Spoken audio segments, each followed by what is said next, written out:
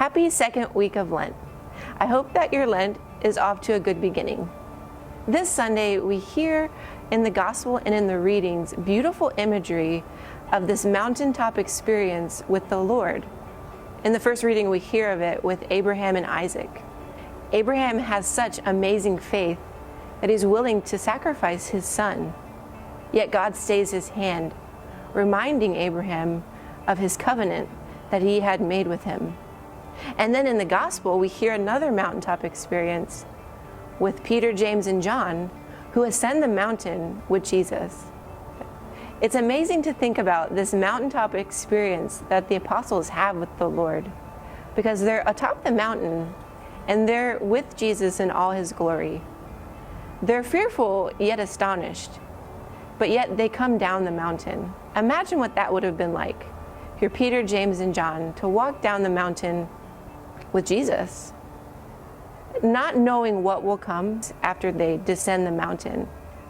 And we hear quickly after that Jesus begins his passion, death, and resurrection. I think that's familiar to us in our own lives.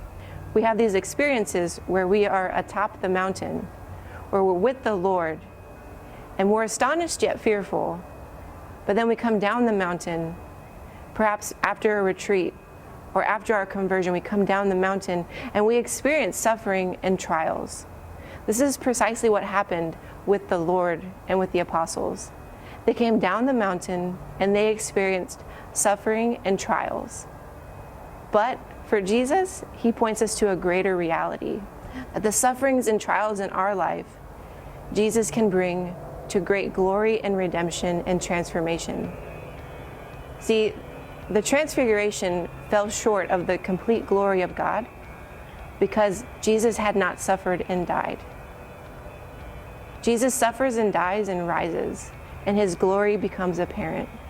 Have you had those experiences in your life where you have been on your mountaintop with the Lord? I know for myself I have. And then when I encounter sufferings and struggles, it's hard. It's hard to continue on with the Lord.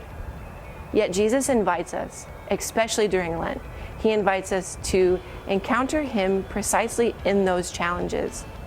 So I invite you this Sunday to consider your mountaintop experience, and then also consider the experiences in your life that have been challenging and how God has brought about beautiful transformation through those difficulties.